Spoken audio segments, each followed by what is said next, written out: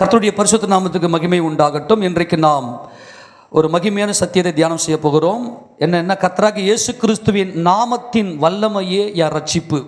கர்த்தராகிய இயேசு கிறிஸ்துவின் நாமத்தின் வல்லமை, கர்த்தராகிய இயேசு கிறிஸ்துவின் நாமத்தின் வல்லமையே என் ரட்சிப்பு. 54வது சங்கீதம் 1வது வசனத்தை வாசிங்க பார்க்கலாம். 54வது சங்கீதம் 1வது வசனம். தேவனே தேவனே உமது நாமத்தின் நிமித்தம் என்னை ரட்சித்து உமது வல்லமையினால் எனக்கு நியாயம் செய்யும்.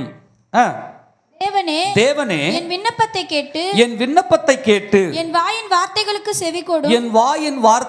செவி கொடும். கரங்களை உயர்த்தி ராமன் சொல்லாமா? நல்லா கவனிங்களேன், எல்லாம் கொஞ்சம் கூர்ந்து கவனிங்க. இங்கே தாவீது ஒரு மகிமையான ஜபத்தை ஏறெடுக்கிறார். என் தேவனே, என் இயேசு தேவனே, நீங்க என்னை ரட்சிங்க, என்னை நீங்க ரட்சிங்க. எப்படி ரட்சிக்கணும்னா, நீங்க என்னை ரட்சிக்கிறதுக்கு என்கிட்ட ஒரு தகுதியும் கிடையாது. ஆமென். எனக்கு ஒரு நன்மை செய்யப்பான்னு கேட்கறதுக்கு என்கிட்ட ஒரு நன்மை இல்லை. ஆனா நான் உங்களை துதிக்கிறேன்ல, ஆமென். நான் சர்ச்சுக்கு வரேன்ல, என் கையில் பைபிள் எடுத்துக்கின்னு நான் சர்ச்சுக்கு போகிறேன் அப்படின்னு சொல்லி இந்த வசனத்தின்படி உங்களை மகிமைப்படுத்துகிறேன். என் சொந்த பந்தங்கள் மத்தியில், என் ஃப்ரெண்ட்ஸுங்க மத்தியில், எங்கடா போகிற, எங்கே போகிற, சர்ச்சுக்கு போகிறேன். சர்ச்சுக்கு போகிறியா? சர்ச்சுக்கு போகிறேன். யார் ஆராதிக்க போகிற? இயேசு ராஜாவை ஆராதிக்க போகிறேன். அவர் என் துதிக்கு பாத்திரர். உங்க நாமம் எப்படிப்பட்ட நாமம் என்றால், சகலத்துக்கும் அதிகாரம் உள்ள நாமம். ஏன் உங்க நாமம் சகலத்துக்கும் அதிகாரம் உள்ள நாமம் என்றால், நீர் வல்லமை உடையவர். ஆமெனா? இயேசு அப்படின்னாலே சகலத்துக்கும் சர்வத்துக்கும் அதிகாரம் உள்ள நாமம். ஏனென்றால் அவர் வல்லமை உடையவர். நாம் எப்படி ஜெபிக்கணும் தெரியுமா? இன்னைக்கு வரைக்கும் அவர் எனக்கு நன்மை செய்திருக்கிறார். என்கிட்ட எப்படி நன்மை செய்திருக்கிறார்னா, என்கிட்ட ஏதோ பரிசுத்தத்தை பார்த்து, ஏதோ நான் ரொம்ப நல்லவன் அப்படின்னு பார்த்து எனக்கு நன்மை செஞ்சார் அல்ல. உங்க நாமத்தின் நிமித்தம் நான் உங்களை ஆராதிக்கிறேன். ஆமென். எத்தனை பேர் சொல்றது புரிஞ்சுக்க முடியுது? இந்த ஒரு பார்வை நமக்குள்ள வந்துருச்சுன்னா, இதை விட ஒரு மாபெரும் தாழ்மை வேற எதுவுமே கிடையாது. உங்கள் நிமித்தம், உமது நாமத்தின் நிமித்தம். இயேசு என்கின்ற அந்த நாமம் சர்வ வல்லமை உள்ள நாமம், சகலமும் அவருடைய பாதத்துக்கு கீழே இருக்கிற நாமம், அவர் பரிசுத்தம் உள்ள நாமம், அது வல்லமை உள்ள நாமம். உங்க நாமத்தின் நிமித்தம். உனக்கு ஏதோ ஒரு வேலை ஆகணும், நான் சொன்னேன்னு போய் சொல்லு, அது அவங்க முடிச்சு கொடுத்துருவாங்க. நல்லா கவனிக்கணும். ஒரு அதிகாரிங்கிட்ட ஒரு வேலை ஆகணும், நான் சொன்னேன்னு போய் சொல்லு. ஏன்னா அந்த நாமத்துக்கு ஒரு அதிகாரம். ஏன்னா அந்த நாமத்தை உடையவர் ஏதோ ஒரு பவரில் இருப்பார். ஆமேனா? இப்போ நிறைய பேர் என்ன பண்ணுவோம், இந்த மாதிரி ரெக்கமெண்டேஷனை எதிர்பார்ப்போம். என் சொந்தக்காரன் யார் தெரியுமா? என் மாமா கலெக்டர் தெரியுமா? எங்கள் பெரியப்பா எனக்கு எம்எல்ஏ தெரியுமா? ஏன்னா ஒவ்வொருத்தருக்கும் ஒரு பவர் இருக்குது. அந்த பவரை ஒரு அத்தாரிட்டி கொடுக்குது. எல்லாம் ஒன்றும் இல்லாமல் ஒரு காலத்தில் ஒன்றுமே இல்லாமல் போயிடும். நான் சொல்கிறேன், நான் யாரை ஆராதிக்கிறேன் தெரியுமா? கையை தட்ட மாட்டீங்களா? ஹல்லேலூயா. நான் யாரை ஆராதிக்கிறேன்? இயேசு ராஜா. தபார், என்னடா நான் உன் பெரியப்பா, நீ போயிட்டு இந்த மாதிரி நான் எப்படிப்பட்ட வல்லமை உடையவன், என் அதிகாரம் என்ன, என் சொந்தக்காரனி, உனக்கு போய் இப்படி நடக்கலாமா? எனக்கு அவமானம் இல்லையா? அப்படி தான் சொல்லுவாங்க அதிகாரம் உள்ளவங்க. ஆமேனா? நீ யார்? நீ என்ன ஆராதிக்கிறதுக்கு உள்ள வர? ஆமேனா? என் பேரை ரிப்பேர் ஆகிடாத, உனக்கு என்ன வேணும் சொல்லு, செஞ்சிடறேன். ஆமேனா? ஆமேனா? எப்படி ஜெபிக்க? ஏசப்பா, என் பேரு ரிப்பேர், அது ஒன்றுமே கிடையாது. உங்க நாமத்தின் நிமித்தம் என்னை ரட்சித்து, உங்க வல்லமையுள்ள அந்த பராக்கிரமத்தின்படி எனக்கு நியாயம் செய்யுங்க. அதுக்கு நீ செய்ய வேண்டிய ஒரே ஒரு காரியம், அவரை நோக்கி உன் வாயில கூப்பிடணும். மறுபடியும் இந்த 1-2 வசந்த வாசி. தேவனே தேவனே உமது நாமத்தின் நிமித்தம் உமது நாமத்தின் நிமித்தம் என்னை ரட்சித்து உமது வல்லமையினால் எனக்கு நியாயம் செய்யும். உமது வல்லமை, சொல்லுங்க, அந்த நாமத்துக்கு அதிகாரம் உண்டு. இயேசு என்கிற நாமத்துக்கு அதிகாரம் உண்டு. ஏனென்றால் அந்த நாமம் வல்லமை உள்ள நாமம். ஆமென். வல்லமை உள்ள நாமம். தேவனே என் விண்ணப்பத்தை கேட்டு. எத்தனை பேர் விண்ணப்பம் பண்றீங்க? காலையில போய் இயேசு ராஜா கிட்ட முன்ன போய், அல்லது எப்பொழுதெல்லாம் உங்களுடைய தேவை இருக்கிறதோ அப்போதெல்லாம் ஏசப்பா எனக்கு செய்யுங்க, ஏசப்பா எனக்கு செய்யுங்க. ஏன்? நான் உங்களை ஆராதிக்கிறேன். ஏனென்றால் நீர் ராஜாதி ராஜா, நீர் ஜெயங்கொண்டவர். தேவனே என் விண்ணப்பத்தை கேட்டு என் வாயின் வார்த்தைகளுக்கு செவி கொடும். என்ன வார்த்தை? வாயை திறந்து கேட்கணும். கேட்கிற எவனும் பெற்றுக்கொள்ளும். வாய்கிற புள்ள எங்கே வேணாலும் போயிச்சுக்கும். சொல்லுவாங்களா? நம்ம பெரியவங்களா சொல்லுவாங்க, வாய் இருக்கிற புள்ள எங்கே வேணாலும் போயிச்சுக்கும். நீ கம்முன்னு உம்முன்னு அவரே செய்யட்டும், அவரே செய்யட்டும். அவரு கம்முன்னு தான் இருப்பார். கேட்கிற எவனும் பெற்றுக்கொள்ளுகிறான். கேளுங்கள் அப்பொழுது தரப்படும். நீ வாயை திறந்து நீ அறிக்கை பண்ணிக்கிட்டே இருக்கணும். என் ஏசப்பா என் கூட இருக்கிறார். என் இயேசு தேவன் எல்லாவற்றுக்கும் மேலானவர். இந்த இயேசு தேவன் எப்படிப்பட்டவர்? எடுத்து வாசிக்க பார்க்கலாம். எபேசியருக்கு அதில் நிருபம் 1வது அதிகாரத்தில் 20வது வசனம் வாசிக்க பார்க்கலாம். எபேசியர் 1வது அதிகாரம் 20லிருந்து வாசிங்க. எல்லா துரைத்தனத்துக்கும் அதிகாரத்துக்கும் வல்லமைக்கும் கர்த்தத்துவத்துக்கும் இம்மையில் மாத்திரமல்ல மறுமையிலும் பேர் பெற்றிருக்கும். நல்லா கவனிங்க, நல்லா கவனிங்க. பேர் இயேசு என்கின்ற நாமம் எல்லா நாமத்துக்கும் மேலான நாமம். பிலிப்பியர் 2ஆம் அதிகாரத்தில் வாசித்தோம் இல்லையா? பல முறை நம்ம பார்த்துட்டோம். அந்த நாமம் எப்படிப்பட்ட நாமம்? இம்மையில் மாத்திரமல்ல மறுமையிலும் பேர் பெற்றிருக்கும். என்ன பெற்றிருக்கும்? இயேசு என்கின்ற நாமம். ஆமெனா? வேதாளம் பாதாளம் யாவையும் ஜெயித்த வீரமுள்ள திரு நாமம் அது. ஆமெனா? வேதாளம் பாதாளம் மரணம் எல்லாவற்றையும் ஜெயித்த மகிமையின் நாமம், எல்லாவற்றிலும் பேர் பெற்றிருக்கும் அந்த நாமத்தை நான் ஆராதிக்கிறேன். ஆமெனா? ஏசப்பா, நான் உங்களை ஆராதிக்கிறேன். சபையில் வந்து உங்களை துதித்து பாடுகிறேன். நான் என் சொந்த பந்தங்கள் போகிற இடம் எல்லா இடத்துலையும் உங்களை மகிமைப்படுத்துகிறேன். உங்கள் நாமத்தின் நிமித்தம் எனக்கு நன்மை செய்யும். ஆமென். என்னை ரட்சியும். என்கிட்ட ஒரு நன்மை கிடையாது. ஆமாம், உண்மைதான். ஆனால் நீர் மகிமையின் தேவன், நீர் சகல அதிகாரமுள்ள தேவன். இம்மையில் மாத்திரமல்ல மறுமையிலும் பேர் பெற்றிருக்கும். வாசிங்க. எல்லா நாமத்துக்கும் மேலாய் அவர் உயர்ந்திருக்கத்தக்கதாக. ஆமெனா? இந்த இயேசு கிறிஸ்து யார்? எல்லாவற்றுக்கும் மேலாக உயர்ந்திருக்கிற பிதாவாகிய தேவனால் எல்லா நாமத்துக்கும் மேலான நாமம் தரிக்கப்பட்டவர். அவரை உன்னதங்களில் தம்முடைய வலது பாரசத்தில் உட்காரும்படி செய்து தேவனை ஒருவரும் ஒரு காலம் கண்டதில்லை. ஆனால் தேவன் தம்முடைய வலது பாரசத்தில் கர்த்தராகிய இயேசு கிறிஸ்துவை உட்கார செய்திருக்கிறார். அவரே சர்வத்துக்கும் ராஜாதி ராஜா. ஆமெனா? எல்லாவற்றையும் அவருடைய பாதங்களுக்கு கீழ்ப்படுத்தி, எல்லாமே சொல்லுங்க, எல்லாவற்றையும் அவருடைய பாதங்களுக்கு. எல்லாம் எங்க இருக்குது சொல்லுங்க? எல்லாம் எங்க இருக்குது? ஏசப்பா பாதத்துக்கு நீ கேட்டா கொடுத்துருவார். ஆமேனா? நல்லா கவனி. என்னுடையது எல்லாம் ஏசப்பா பாதத்தில் இருக்குது. ஆமேன். என் தேவை எல்லாம் ஏசப்பா பாதத்தில் இருக்குது. ஆமேன்.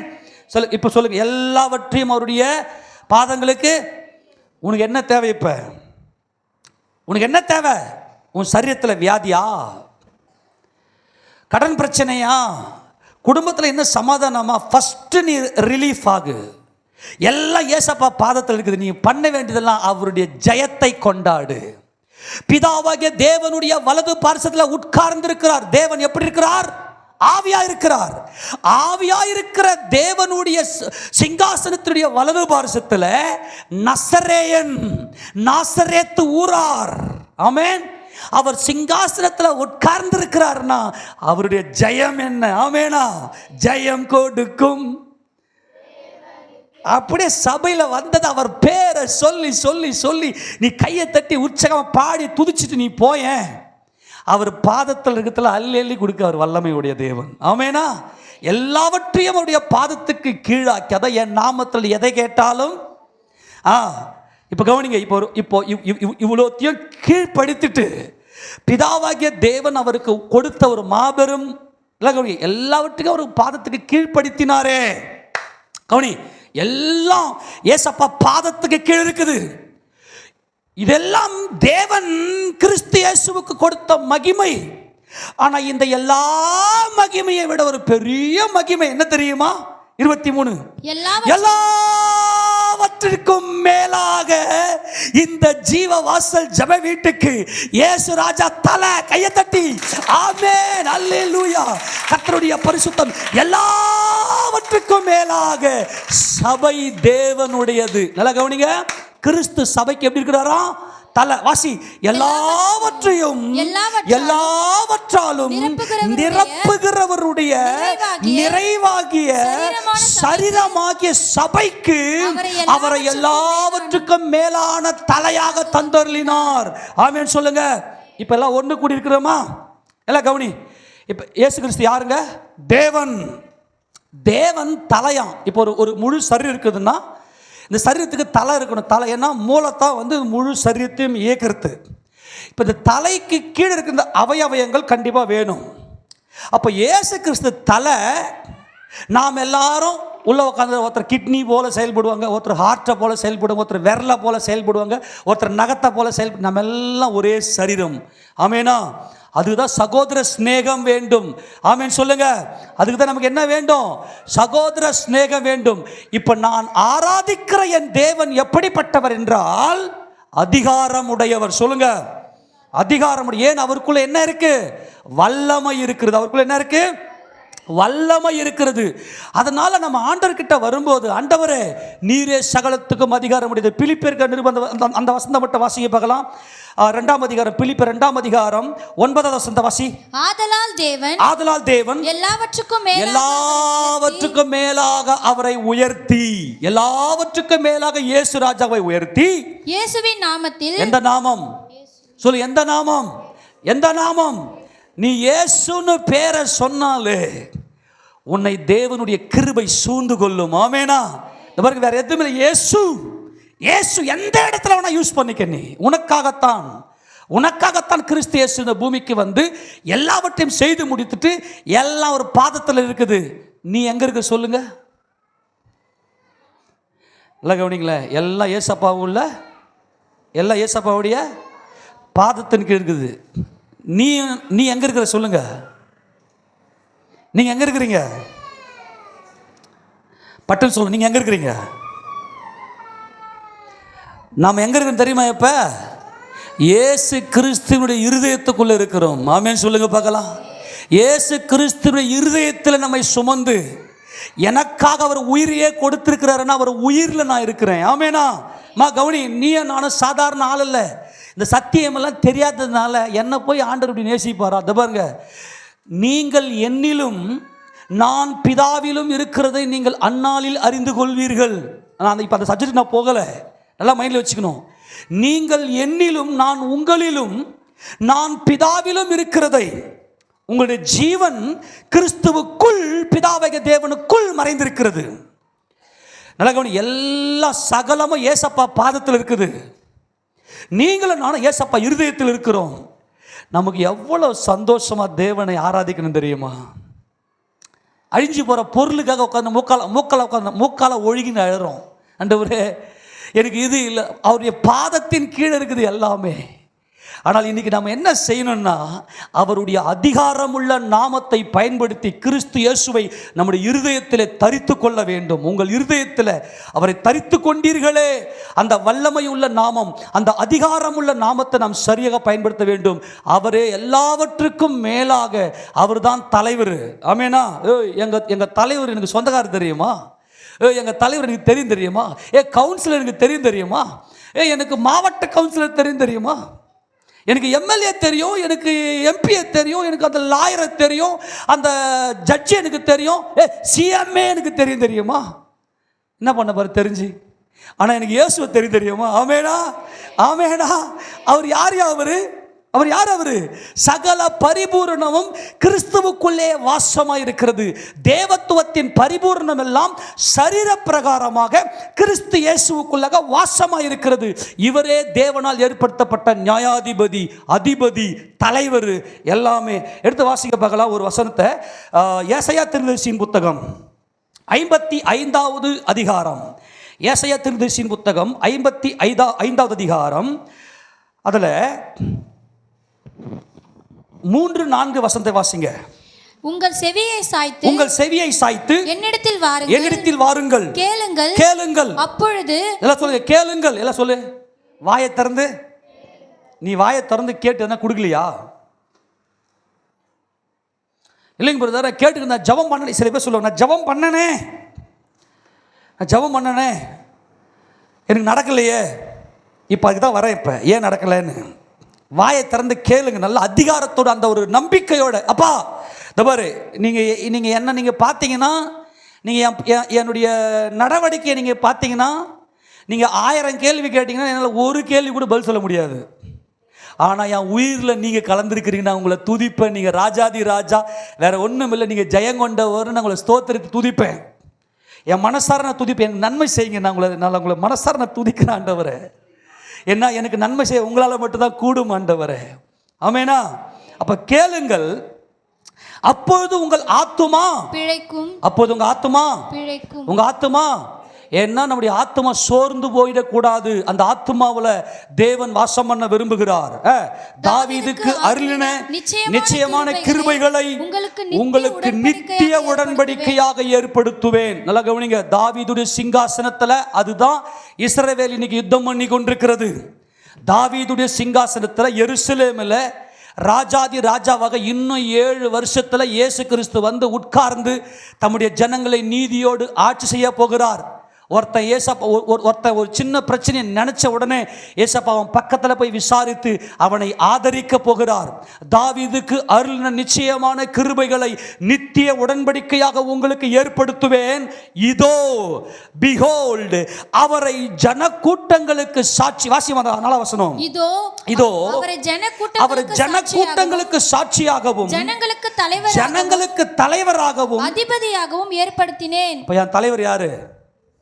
என் தலை யாரு? தலைன்னு சர்ன்னு எங்கேயோ போயிடக்கூடாது மைண்டு. இதில் வேற சின்ன தலை, பெரிய தலைன்னு வேற டைட்டில் சூட்டிக்கிறான். என் அதிபதி யாரு? மோடியா? என் அதிபதி யாரு? அவர் தான் சகல அதிகாரமுடையவர். என் இயேசுராஜா ஜெயங்கொண்டவர். சகலமும் அவர் பாதத்துக்கு கீழ் இருக்குது. ஆனால் இயேசுராஜா இருதயத்துக்குள்ளே நான் இருக்கிறேன். ஆமேனா? அப்படிப்பட்ட மகிமையுள்ள நாமம் அந்த நாமம். நல்லா கவனிங்களேன். அப்போஸ்தலர்கள் என்ன பண்ணிட்டாங்கன்னா, இயேசுராஜா வந்தார், மரித்தார், அடக்கம் பண்ணப்பட்டார், உயிர் தெழுந்தார், பரத்துக்கு போயிட்டு பரிசுத்த ஆவியானவருடைய அபிஷேகத்தை அப்போஸ்தலர்களுக்கு கொடுத்தார். பெந்தகோஸ்தே நாளில் அவர்கள் அப்போஸ்தல அபிஷேகத்தை பெற்றுக்கொண்டு முதல் பிரசங்கத்திலேயே 3000 பேர் ரட்சிக்கப்படுறாங்க. ரட்சிக்கப்பட்ட உடனே பேதுருவும் யோவானும், அப்போஸ்தலங்க பேதுரு அப்போஸ்தலங்க யோவானும் தேவாலயத்துக்கு போகிறாங்க. சாயங்காலம் 3 மணிக்கு அந்தி பலி செலுத்தும் நேரத்தில் தேவனை ஆராதிக்கிறதுக்கு. தாயின் வயிற்றிலேயே சப்பாடியாய் பிறந்த ஒருத்தன் பிச்சை கேட்டுன்னு இருக்கிறான். தேவாலயத்துக்குள்ளே பிரவேசிக்க போகிற பேதுருவையும் யோவானையும் அவங்க பார்த்து எதுனா கிடைக்குமா அப்படின்னு சொல்லிட்டு உத்து பார்க்குறான். அதுக்கு பேதுரு சொல்கிறாரு, நீ எதிர்பார்க்கிற வெள்ளியும் பொண்ணும் என்கிட்ட இல்லை. நசரேயனாகிய இயேசுவின் நாமத்தில் சொல்லுங்க. நசரேயனாகிய இயேசுவின் அந்த நாமம் எப்படிப்பட்ட நாமம்? சகல அதிகாரமுள்ள நாமம். ஏனென்றால் இயேசு கிறிஸ்து வல்லமை உடையவர். ஆமென். மரியாளம்மா பாடுவாங்க, வல்லமை உடையவர் எனக்கு மகிமையானவைகளை செய்தார். தாயின் வயிற்றிலிருந்தே கால் சூம்பி போயிருக்குது, நடக்க முடியாதவன் பிச்சை கேட்குறான். அவர் சொல்றார் பேதுரு, நசரேயனாகிய இயேசு எந்த நாமம்? வேத்து வாசி அந்த வசனத்தை. அப்பொழுது பேதுரு, எந்த வசனம் சொல்லு? 3ஆம் அதிகாரம் 6ஆம் வசனம். அப்பொழுது பேதுரு வெள்ளியும் பொன்னும் என்னிடத்தில் இல்லை, என்னிடத்தில் உள்ளதை உனக்கு தருகிறேன். என்னிடத்தில் உள்ளதை சொல்லுங்க. என்னிடத்தில் என்கிட்ட என்ன இருக்கு? இயேசு என்கின்ற அதிகாரம். ஆமென். இயேசு என்கின்ற வல்லமை. ஆமென். அந்த நாமத்துக்கு பவர். ஏய், யாருக்காவது சாவு இருக்கா, நோய் வருதா, இயேசுன்னு சொல்லுங்க, மரணம் ஓடி போயிடும். கையை தட்டுவோமா? இயேசுன்னு பேரை சொல்லு, மரணம் உன்னை விட்டு ஓடி போய்விடும். ஏனென்றால் அவர் ஜெயத்தை, அவருடைய கம்பீரத்தை சொல்கிறார். பயப்படாதே, நான் முந்தினவரும் நான் பிந்தினவரும் உயிர் உள்ளவருமாய் இருக்கிறேன். மரித்தேன், ஆனாலும் இதோ சதா காலங்களிலும் நான் உயிரோடு இருக்கிறேன். மரணத்திற்கும் பாதாளத்திற்கும் உரிய திறவுகோல்களை எல்லாம் ஆமென் சொல்லுங்க. மரணத்துக்கும் பாதாளத்திற்கும் உரிய திறவுகோல்னா என்னது? சாவி. ஒவ்வொரு மனிதனையும், பாவ மனிதனையும், ஒவ்வொரு மனுஷனும் மரணங்க. ஒவ்வொரு மனுஷனும் யாருங்க? ஒவ்வொரு மனுஷனும் யாரு? ஏன் ஒவ்வொரு மனுஷனும் மரணம்? ஒவ்வொரு மனுஷனும் மரணம். ஏன் ஏன் ஒவ்வொரு மனுஷனும் மரணம்? தேவனை துதிக்காம தன்னை பெருமைப்படுத்துறோம். ஆக ஒவ்வொரு மனுஷனுமே போனோம், நம்ம எல்லாம் போனோம், தேவனை முகமோ பார்க்கல. இந்த மரணத்தை தான் பாதாளம் இழுத்துக்கும். நம்மால் நினைக்கிறான்னாக்கா, எழுத்தின்படியே அவனுடைய ஆத்மா பிரிஞ்சு போயிட்டு டெட் பாடி ஆகுது, அதை போயிட்டு போனான்றான். இந்த பூமியில் நடமாடுகிற ஒவ்வொரு மனுஷனுமே பிணம், மரணம். மரணம் அவன். இந்த மரணத்தை தான் பாதாளம் இழுத்துக்குது. புரிஞ்சு போச்சாப்பா? ஏன் மனுஷனுக்கு சாவு ஏற்படுது? இவன் மரணம். ஆனால் இயேசு என்ற பேரை நீ சொன்னா மரணம் உன்னை விட்டு ஓடி போயிடும். நான் வாழ விரும்புகிற ஆண்டவரே. அப்போ தேவனை துதி. அவர் சொல்றாரு, நசரை என்னிடத்தில் உள்ளதை. எத்தனை பேர் இயேசு கிறிஸ்து ரட்சகன் சொல்றீங்க? மரணம் உங்களை விட்டு போயிருச்சு. கையை தட்டி மகிழ்ச்சி செலுத்துங்க. மரணம் உங்களை விட்டு போய்விட்டது. மரணம் உங்களை தொட முடியாது. மரணத்தின் மேல் தேவன் நமக்கு அதிகாரத்தை கொடுத்திருக்கிறார். என்னிடத்தில் உள்ளதை உங்களுக்கு தருகிறேன். நசரேனாகிய இயேசுவின் நாமத்தில் எழுந்து நட என்று சொல்லி வலது கையினாலே அவனை பிடித்து தூக்கிவிடு. எந்த நாமத்தில் எழுந்து நட? எந்த நாமத்தில் எழுந்து நட?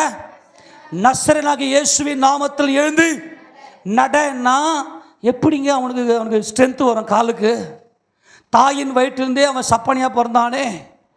இந்த காட்சியை பார்த்த அவன் துள்ளி குதித்து எழுந்து நடந்து அவன் தேவாலயத்துக்கு போயிட்டு அப்போஸ்தலர் பேதுருவோடும் அப்போஸ்தலர் யோவானோடும் தேவனை துதிக்கிறத ஜனங்களாம் பார்த்துட்டு, இவன் பிச்சை கேட்டு இருந்தவன்ல, இவன் அலங்கார வாசல்ல உட்காந்து பிச்சை கேட்டு இருந்தவன்ல, இவனுக்கு எப்படா கால் வந்துச்சுன்னு சொல்லி அவங்க போய் சூழ்ந்து கொண்டு நிற்க, அப்போஸ்தலர் பேதுருவும் யோவானும் ஒரு பயங்கரமான பிரசங்கத்தை பண்ண 5000 பேர் இயேசு ராஜாவை ஏற்றுக்கொண்டார்கள். ஆமேனா?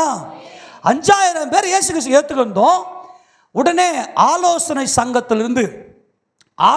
சங்கம், யூதர்களுடைய ஆலோசனை சங்கத்திலிருந்து ஆட்களை அனுப்பி அப்போஸ்தலர் யோவானையும் பேதுருவையும் கைது பண்ணி அவங்களை கொண்டு போய் ஆலோசனை நிறுத்திட்டு ஒரு விசாரணை ஒன்று பண்ணுறாங்க.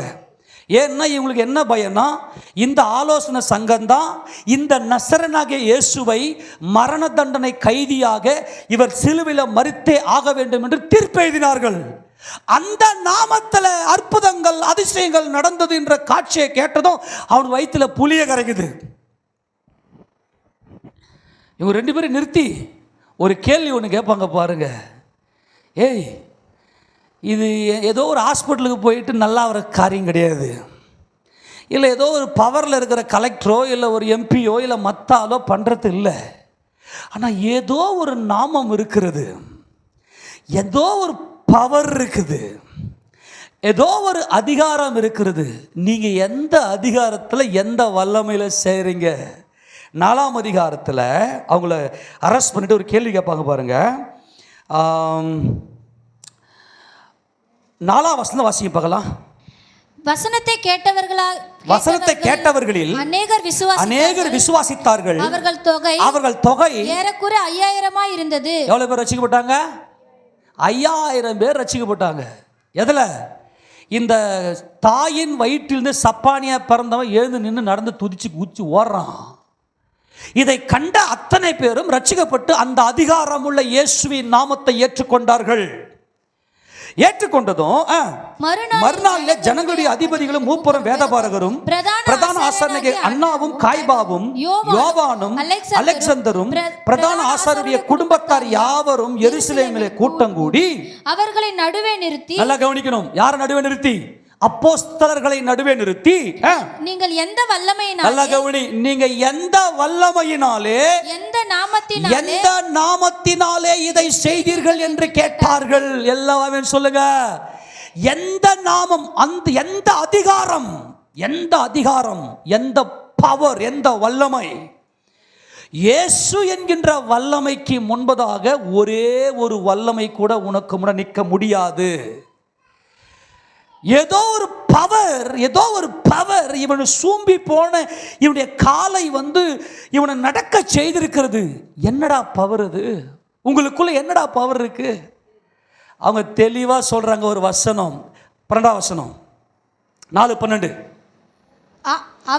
அவராலே அன்றி வேறு ஒருவராலும் என்ன இல்லை, ரட்சிப்பு இல்லை. நல்லா கவனிங்க. நீங்க மாட்டிக்கொண்ட, நீங்க போராடி கொண்டிருக்கிற பயங்கரமான போராட்டத்தில் ரட்சிக்கிறதுக்கு இயேசு என்கின்ற நாமமே அன்றி, அவராலே அன்றி வேறு ஒருவரால் ரட்சிப்பு இல்லை. நாம் ரட்சிக்கப்படும்படிக்கு வானத்தின் கீழெங்கும் மனுஷர்களுக்குள்ளே அவருடைய நாமமே அல்லாமல் வேறொரு நாமம் கட்டளையிடப்படவில்லை. கையை தட்டுவோமா? இயேசு ராஜாவின் பெயரை தவிர, இயேசு ராஜாவின் மகிமையின் வல்லமையை தவிர வேறொரு நாமத்தை இந்த உலகத்துக்கு அதிகாரத்தை பயன்படுத்த முடியாது. அந்த இயேசுவை நான் ஆராதிக்கிறேன். அந்த இயேசு கிறிஸ்து எனக்குள் இருக்கிறார். அந்த இயேசுவின் நாமத்தில் நான் கட்டளை கொடுப்பேன். ஆனால் கவனிங்க, நீங்க கட்டளை கொடுங்க. நசரேயனாகிய இயேசுவின் நாமத்தில் இந்த காரியம் நடப்பதாக ஆண்டவர்கிட்ட போய் கேளுங்க. அப்பா, உங்க நாமத்தின் நிமித்தம் ஆண்டவரே நான் உங்களை ஆராதிக்கிறேன், உங்களுக்கு சாட்சி உள்ள வாழ்க்கை வாழ்ந்து கொண்டிருக்கிறேன், உங்க நாமத்தின் நிமித்தம் எனக்கு இந்த காரியத்தை செய்யுங்க ஏசப்பா. சில பேருக்கு பாவம் பயங்கரமா உள்ள இருக்கும். ஒண்ணுமே பண்ணாதீங்க, எல்லாவற்றையும் ஆளுகை செய்கிற நசரேயனாகிய இயேசுவின் நாமம். அவருக்கு மணவாட்டி தேவை. மணவாட்டி யாரு அப்படின்னா, மணவாட்டிக்காக தன்னுடைய ஜீவனையே, தன்னுடைய கிரயத்தை கொடுத்தவர் தான் மணவாளன். கர்த்தராகிய இயேசு கிறிஸ்து எனக்கு ஜீவனை கொடுத்தவர். அப்பா, உங்க நாமத்தின் நிமித்தம் என் பாவத்தை மன்னிங்கப்பான்னு ஆண்டவர்கிட்ட கேளுங்க. உங்களை ஆராதிக்கிறேன், உங்களை விசுவாசிக்கிறேன், நீங்க தேவனுடைய குமாரன், நீர் என்னுடைய பாவங்களுக்காக சிலுவையில் மரித்தீர் அப்படின்னு சொல்லி நீங்க ஆண்டு சொல்ல நிற்கும் போது அந்த ஒரு பெரிய மாபெரும் பாவ மன்னிப்பையும் கொடுத்து நம்மை மீட்டெடுக்க வல்லமை உடையவர். ஆமென் சொல்லுவோமா? அதனால நான் என்ன சொல்றேன்னா, எந்த காரியம் நடந்தாலும், இந்த பூமியில எந்த ஒரு காரியத்தை நடத்தினாலும் ஏதோ ஒரு பவரில் செய்யணும். இப்போ உதாரணத்துக்கு இன்றைக்கி நம்ம செய்கிற வேலைகள் எடுத்துங்களேன். நம்ம வீட்டு வேலையை எடுத்துங்க. வீட்டில் பார்த்தீங்கன்னா ஒரு 5 பேர் இருக்கிறாங்கன்னு வச்சுங்களேன். 5 பேரும் வீட்டில் ஒவ்வொரு வேலையை செய்வாங்க. ஒருத்தர் வீடு பெருக்குவாங்க, அவங்களுடைய பவர் வீடு பெருச்சு. ஒருத்தர் வீட்டில் இருக்கிற எல்லாத்தையும் ஷோகேஸ் எல்லாம் நல்லா பக்காவாக க்ளீன் பண்ணி பக்காவாக வைப்பாங்க. ஒருத்தர் சமையல் செய்வாங்க, ஒருத்தர் துணி துவைப்பாங்க, ஒருத்தர் போயிட்டு ஏதோ ஒன்று பண்ணும். அவங்கவுங்களுக்கு இருக்கிற வல்லமை அதுதான் ஒரு காரியத்தை நடப்பிக்கும். ஆமேனா? இப்போ எங்கள் வீட்டில் எடுத்துனீங்கன்னா சமையல் அப்படின்னா ரெபேக்கா, மற்ற வீட்டு வேலை அப்படின்னா ஃப்ராங்கா. அதுக்கு சமையல்கிட்டயே போகாது, இது மற்ற வேலைக்கிட்டே போகாது. வீட்டில் ஏதாச்சும் கொஞ்சம் மற்ற வேலைகள்லாம் என்னுடைய பேரம்பாக்க எங்கன்னா போயிட்டு இந்த வேலையை செய்கிறோம், அதை மட்டும் செஞ்சுட்டு கம்முன்னு உட்காந்துக்குவான். ஆக ஒவ்வொருத்தருக்கும் ஒரு வல்லமை இருக்கு. ஆமேனா? நான் சொல்றது புரியுதா? ஒவ்வொருத்தருக்கும் ஒரு வல்லமை இருக்கு. அந்த வல்லமையில தான் இது யார் என்ன செஞ்சதுன்னு தெரியும்.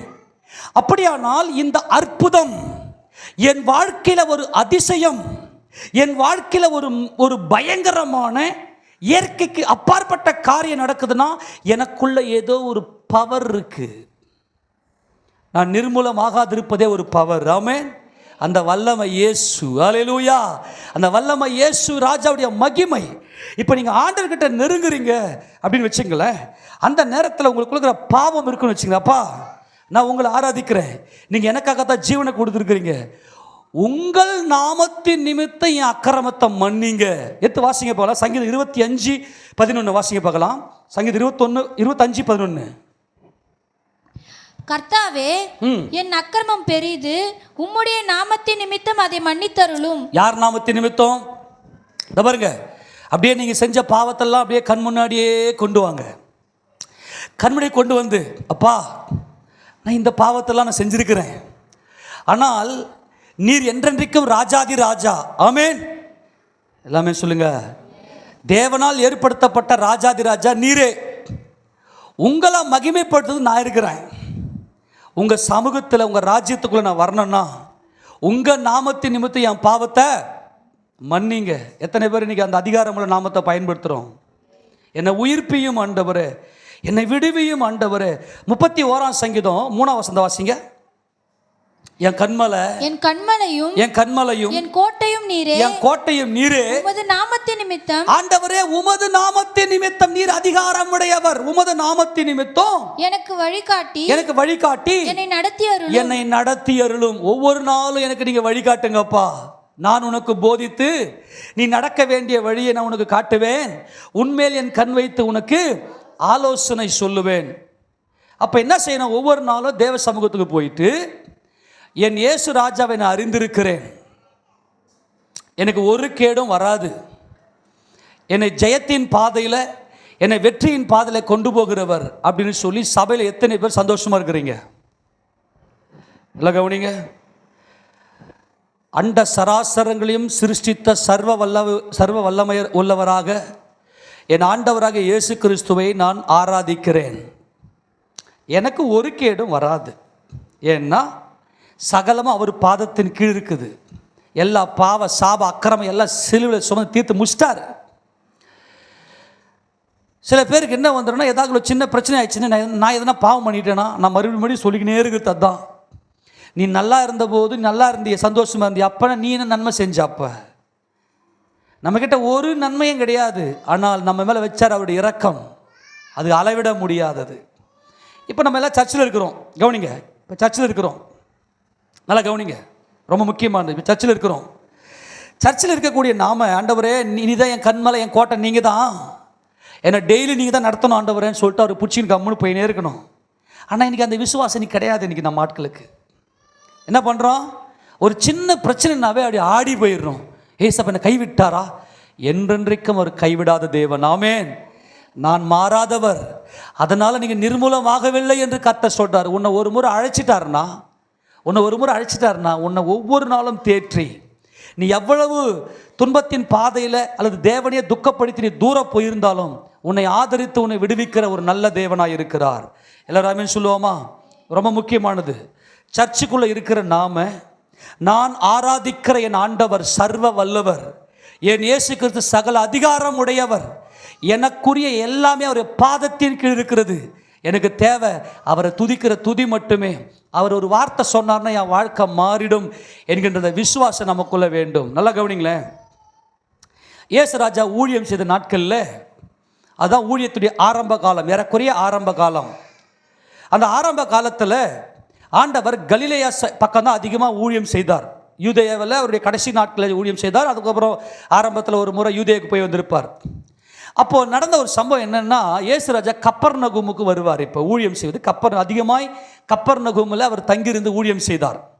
அப்படி கப்பர்நகூமுக்கு இயேசு ராஜா உள்ளே வந்ததும் 100க்கு அதிபதி ஒருத்தர் இருந்தார். இந்த 100க்கு அதிபதி யார் அப்படின்னா, அன்றைக்கி முழு உலகத்தையும் ஆளுகை செய்தவர்கள் ரோமர்களுடைய சட்டத்திட்டமெல்லாம் பார்த்தோன்னா பயங்கர கடுமையான தண்டனைகள்லாம் கொடுத்தாங்க. சட்டங்கள் குறைய வேண்டும் சொல்லி சிலுவை மரணம் எல்லாம் கொடூரமான தண்டனை. அரசாங்கத்துக்கு எதிராக யாராவது கிளர்ச்சி பண்ணிட்டாங்கன்னா சிலுவையில் போட்டு சாகடிச்சு எல்லாருக்கும் பாடம் புகட்டணும். கொடுமையாக அப்படியே அணுவணுவாக சாகிற தண்டனை. அப்போது ரோமர்கள் என்ன செய்தார்கள் என்றால், 100 போர் சேவகர்களுக்கு ஒருத்தனை அதிபதியாக கான்ட்ராக்ட் பேஸில் அவங்க வாங்கி வச்சுக்குவாங்க. இவங்க என்ன பண்ணுவாங்கன்னா, ரோமர்களுடைய அந்த ராயனுக்கு சட்டம் ஒழுங்கை நிலைநாட்டுவது போலீஸ் தான், இராணுவத்தை வச்சுருப்பாங்க. 100 போர் சேவகர்களை வைத்துக்கொண்டு ரோம அரசாங்கத்துக்கு வேலை செய்கிறவங்க தான் 100க்கு அதிபதி. ஆமேனா? இந்த 100க்கு அதிபதி என்ன செய்யணும் தெரியுமா? அந்த நாட்களில் ரோமர் ராயன் தான் கடவுள். அங்கங்கே தெருக்கு முக்கியமான பிரதானமான அந்த நகரங்களில் ரோம ராயனுடைய சிலையை நிறுத்தி வச்சுருப்பாங்க. எல்லாரும் இந்த ரோம ராயன சிலையை வணங்கிட்டு தான் போகணும். அங்கே ஒரு தூபவர்கள்லாம் இருக்கும். அந்த தூபவர்கள்லாம் எடுத்தது போட்டு இந்த ரோம ராயனை வணங்கணும். அப்படிப்பட்ட ஒரு பயங்கரமான அந்தகாரத்தினிலே இருந்தது. ஆனால் யூதர்கள் எப்படிப்பட்டவர்கள் என்றால் விக்கிரகங்களை ஆராதிக்காதவர்கள், முழுக்க முழுக்க தோராவை கையில் வைத்துக்கொண்டு, முழு வேதத்தையும் கையில் வைத்துக்கொண்டு சினோகாகில், ஜபாலயத்தில் ஆராதனை செய்து கொண்டிருந்தவர்கள். ஆனால் இயேசு ராஜா என்ன பண்ணுறான்னா, இவன் ஒரு புறஜாதியான். நல்லா கவனிங்க, யாரு இந்த நூற்றுக்கு அதிபதி? யாரு? புறஜாதியான். ஆனால் இயேசு கிறிஸ்து யாருக்கு ஊழியம் செய்ய வந்தார்? காணாமல் போன ஆடுகளாகி இஸ்ரவேல் வீட்டாரிடத்திற்கு அனுப்பப்பட்டேன் என்று வேறொன்றுக்கு அனுப்பப்படலைன்னு இயேசப்பா தெளிவாக சொல்லிட்டார். ஏன்னா பிதாக்களுக்கு வாக்குத்தத்தம் பண்ண நிறைவேற்றும்படியாய் ஆபிரகாமுடைய சந்ததியில், தாவீதின் சந்ததியில் இஸ்ரவேலர்களுக்காக ஊழியம் செய்வதற்காக தான் இயேசு கிறிஸ்து வந்தார். ஒரு கானானிய ஸ்திரீ, என் பொண்ணு மரண அவஸ்தையாக இருக்கிறா, கொஞ்சம் சுகமாக்குங்கன்னு கேட்டப்ப, பிள்ளைகளின் அப்பத்தை எடுத்து நாய்க்குட்டிக்கு போட மாட்டான், போகன்னு சொல்லிட்டாரு. இயேசு கிறிஸ்து எதுக்கு வந்தார்னா, இஸ்ரவேல் வீட்டார் இடத்திற்கு மாத்திரமே தேவனால் அனுப்பப்பட்டார். அவர் வாக்குத்தத்தத்தின் தேவனாய் இருக்கிறார். ஆமேனா? ஒரு வசனத்தை கூட வாசிங்க. ரோமர் நிருபம் 15ஆம் அதிகாரம், ரோமர் 15ஆம் அதிகாரம் அதில் 8ஆம் வசனம் வாசிங்க பார்க்கலாம். ரோமர் 15:8. மேலும் பிதாக்களுக்கு பண்ணப்பட்ட வாக்குத்தத்தங்களை உறுதியாக்கும்படிக்கு தேவனுடைய சத்தியத்தின் நிமித்தம் இயேசு கிறிஸ்து விருத்த சேதனம் உள்ளவர்களுக்கு ஊழியக்காரர் ஆனார் என்றும். யாருக்கு ஊழியக்காரன் ஆனாரு சொல்லுங்க? யாருக்கு ஊழியக்காரன்? விருத்த சேதனமுடைய ஆபிரகாமின் சந்ததிக்கு தம்முடைய ஊழியக்காரர்களை, அப்போஸ்தலர்களை ஊழியத்துக்கு அனுப்பும்போது கூட நீங்கள் எங்கேயும் போய் சுற்றி தெரியாதீங்க, காணாமற் போன ஆடுகள் ஆகிய இஸ்ரவேல் வீட்டாரை மாத்திரம் போய் தேடி பிடிங்க அப்படின்னு அனுப்பிச்சு விட்டார். ஆமேனா? நல்லா கவனிங்க, இதுதான் சிச்சுவேஷன்.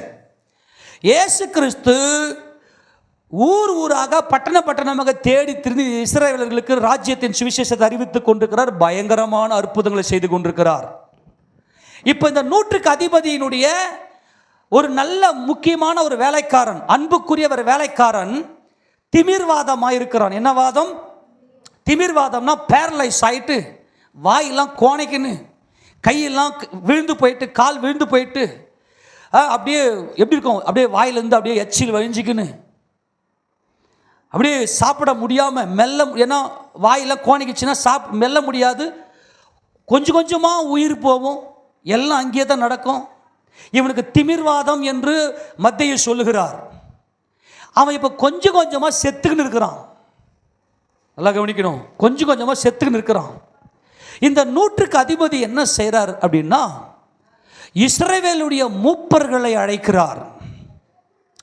இஸ்ரவேலுடைய மூப்பரை அழைத்து, அப்பா, உங்களுக்கு வாக்குத்தத்தம் பண்ணின அந்த வாக்குத்தத்தை நிறைவேற்றுவதற்காக தேவன் உங்கள் மத்தியில் அவருடைய குமாரனை அனுப்பியிருக்கிறார். நீங்கள் போயிட்டு என் வேலைக்காரன் கொஞ்சம் சுகமாகணும் அப்படின்னு சொல்லி நீங்கள் அவர்கிட்ட போய் கொஞ்சம் வேண்டிக்குங்க. நல்லா கவனிங்க, இந்த நூற்றுக்கு அதிபதி அவன் ஒரு புறஜாதியனாக இருந்தாலும் அவன் ஒரு பயங்கரமான பக்திமான். பயங்கரமான பக்திமான். ஏன் தெரியுமா? இந்த மூப்பர்கள் போயிட்டு இயேசு ராஜா கிட்ட ஒரு காரியத்தை சொல்கிறாங்க. நல்லா கவனிங்க, இந்த மூப்பர்கள் போயிட்டு இயேசு ராஜா கிட்ட ஒரு காரியத்தை சொல்கிறாங்க. எடுத்து வாசிங்க பார்க்கலாம். லூகாஸ் விசேஷம் 7ஆம் அதிகாரம் 1 வாசிங்களேன். அவர் தம்முடைய வார்த்தைகள் எல்லாம் ஜனங்களுடைய காதுகள் கேட்கும்படி சொல்லி முடித்த பின்பு கப்பர்நகூமுக்கு போனார். அங்கே நூற்றுக்கு அதிபதியாகிய ஒருவனுக்கு பிரியமான வேலைக்காரன் வியாதிப்பட்டு மரண அவஸ்தையா இருந்தான். அவன் இயேசுவை குறித்து கேள்விப்பட்ட, எல்லாரும் ஆமென் சொல்லுங்க. இயேசுவை குறித்து என்ன கேள்விப்பட்டார்? இயேசு என்கின்ற ஒருவர் வந்திருக்கிறார்.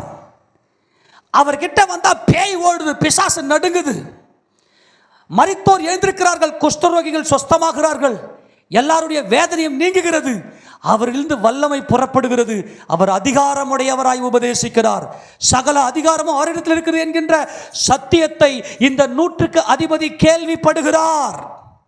கவனிங்க, இயேசுவை குறித்து கேள்விப்பட்டு, இயேசு எப்படிப்பட்டவர், யார் இந்த இயேசு என்பதை நல்லா அறிந்துக்கிறார். நல்ல நாலேஜ் இருக்கு இவருக்கு.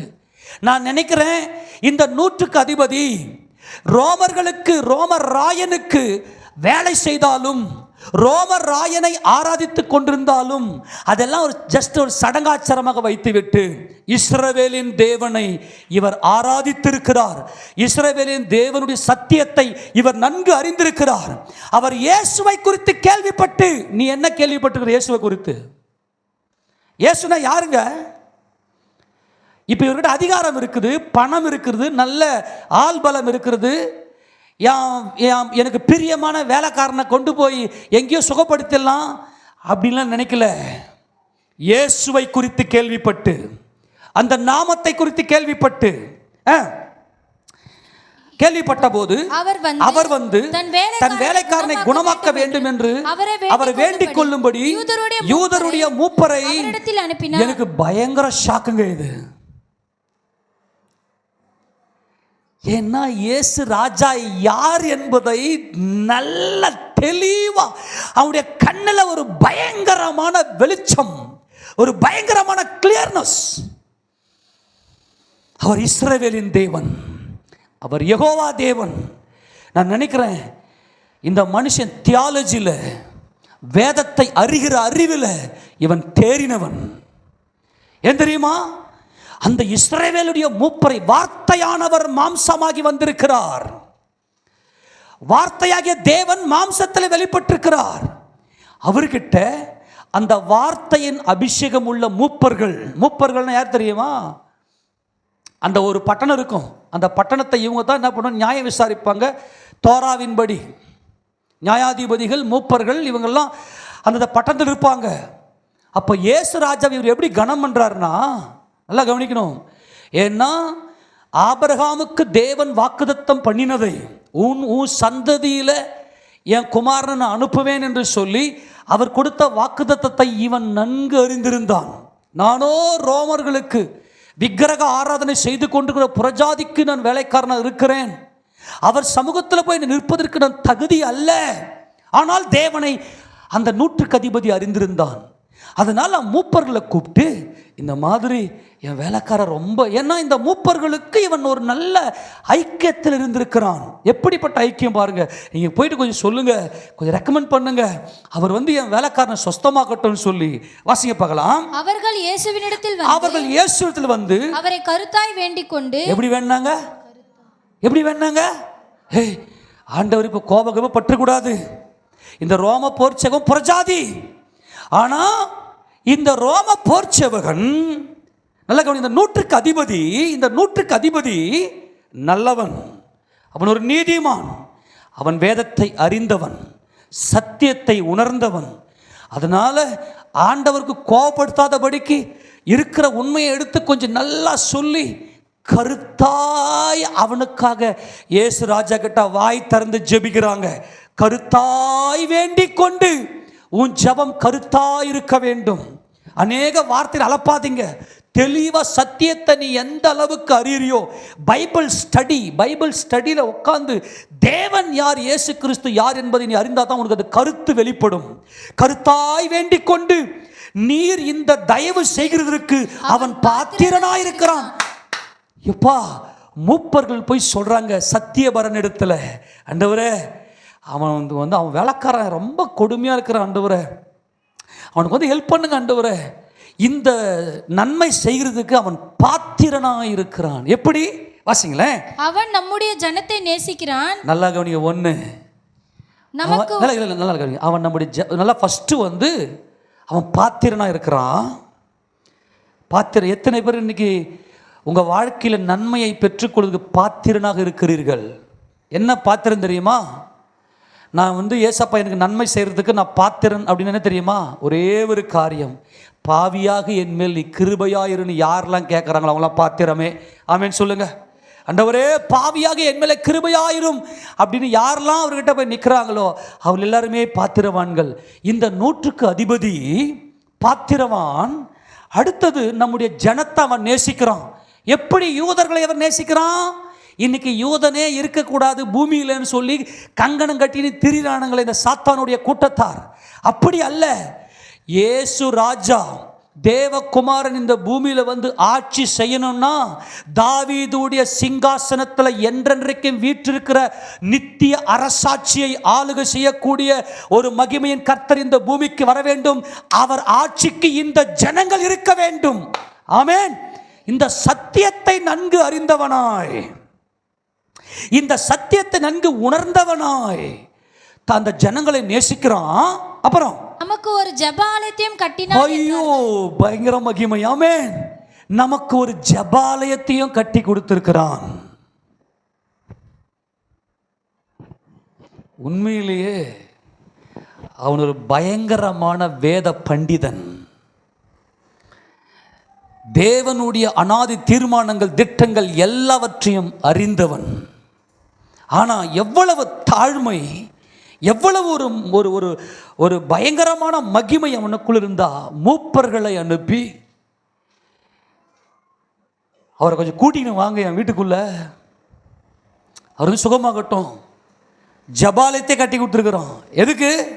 மேசியா வருவார், ஜபாலயத்துக்குள்ளே வருவார், தேவகுமாரன் வெளிப்படுவார்.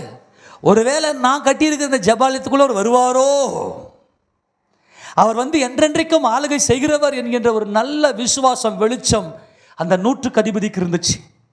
இவங்க போய் கருத்தா வேண்டாங்க, இவன் எப்படிப்பட்ட நன்மைகளை செய்திருக்கிறான்னு சொல்லி. தொடர்ந்து வாசிக்கலாம். அவர் அப்பொழுது இயேசு அவர்களுடனே கூட போனார். கர்த்தருக்கு ஸ்தோத்திரம். அப்பனா சரி கவனிங்க, இயேசு கிறிஸ்து யாருக்கு ஊழியம் செய்யும்படி வந்தார் சொல்லுங்க? விருத்த சேதனம் உள்ளவர்களுக்கு. விருத்த சேதனம்னா என்ன? விசுவாசம், அவ்வளவுதான். கிறிஸ்து இயேசுவை பற்றும் விருத்த சேதனத்தினாலே பாவத்துக்குரிய பழைய மாம்சத்தினை கலைந்து போட்டு இயேசு கிறிஸ்துவை என்றென்றைக்கும் ஸ்தோத்தரிக்கப்பட்ட ராஜாதி ராஜா என்று விசுவாசிப்பதே விருத்த சேதனம். அப்ப கர்த்தர் பார்த்தாரு, இவனுக்குள்ளே விருத்த சேதனம் இருக்கிறது. ஆமென் சொல்லுங்க. இவனுக்குள்ளே விருத்த சேதனம் இருக்கிறது. அப்ப வாங்க போலாம், அந்த 100க்கு அதிபதி வீட்டுக்கு நம்ம போலாம் வாங்க அப்படின்னு சொல்லி இயேசு ராஜா என்ன பண்றாருன்னா அப்படியே அவங்க வீட்டுக்கு போறாரு. அடுத்தது, வீட்டுக்கு சமீபமான போது 100க்கு அதிபதி சிநேகிதரை நோக்கி, யாரை நோக்கி? தன்னுடைய ஃப்ரெண்ட்ஸ்களை நோக்கி, நீங்கள் அவரிடத்தில் போய் ஆண்டவரே நீர் வருத்தப்பட வேண்டாம், நீ என் வீட்டு வாசலுக்குள் பிரவேசிக்க நான் பாத்திரன் அல்ல. ஆமென். நீர் தேவகுமாரன், நீர் தேவாதி தேவன், நீர் சர்வ வல்லமையுள்ள ராஜன். மூப்பர் அனுப்புறாரு, கர்த்தர் இறங்கிட்டாரு, வீட்டுக்கு வராரு. இவருக்குள்ள கை கால் நடுங்குது, தன்னுடைய ஃப்ரெண்ட்ஸுங்களை கூப்பிடுறாரு, நண்பர் வட்டாரத்தை கூப்பிடுறாரு. எப்படி எவ்வளோ பேர் கணம் பாருங்க. மூப்பர் அனுப்புறாரு. இப்போ 100க்கு அதிபதியுடைய நண்பர்கள் எப்படிப்பட்டவங்களா இருப்பாங்க? கணத்துக்குரியவர்களாக இருப்பார்கள். அவங்க அனுப்புறாரு. போயிட்டு நீங்கள் வருத்தப்பட வேணாம், நீங்கள் என் வீட்டுக்குள்ளே வரத்துக்கு நான் பாத்திரன் அல்ல, ஏன்னா நான் 100க்கு அதிபதியாக இருக்கிறேன். நான் உங்களை விசுவாசித்தாலும் ஏதோ ஒரு சூழ்நிலை ரோமர்களுக்கு நான் அடிபணிய வேண்டியிருக்கிறது. ஆனால் நீர் வணக்கத்துக்கு உரியவர், நீர் மட்டுமே துதிக்கு பாத்திரர். என் வீட்டுக்குள்ளே வரத்துக்கு நான் தகுதி இல்லைப்பான்னு அந்த பாவத்தை ஒத்துக்குன்னு நிற்கிறாரு. ஃப்ரெண்ட்ஸுங்களை அனுப்பி, வேணாம் நீங்கள் போய் ஒரு ஸ்டாப் பண்ணிடுங்க, என் வீட்டுக்குள்ளே வர வேணாம். ஆனால் ஒரே ஒரு வார்த்தை மட்டும் சொல்லுங்க. ஏன் தெரியுமா? நான் ரோம அதிகாரத்துக்கு கீழ்ப்பட்டவனா இருந்தும் எனக்கு கீழ்ப்பட்டிருக்கிற 100 சேவகர் உண்டு. ஒருத்தனை போனா போறான், ஒருத்தனை வானா வரான், இதை செய்யினா செய்யறான்.